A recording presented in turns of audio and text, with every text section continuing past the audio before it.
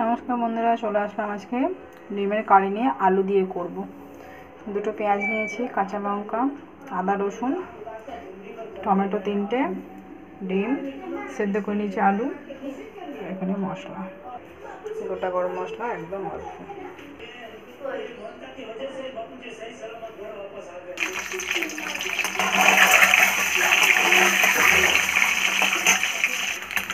ডিমগুলো ভাজা তুলে নেব।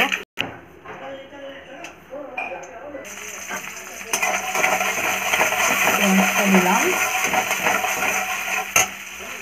পেঁয়াজটাকে লাল করে হালকা ভেজে নিয়েছি। এবারে রসুনটা দিয়ে দেবো।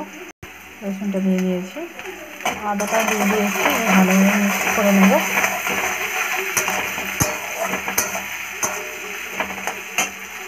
এবারে আমি দিলাম হচ্ছে কি টমেটো।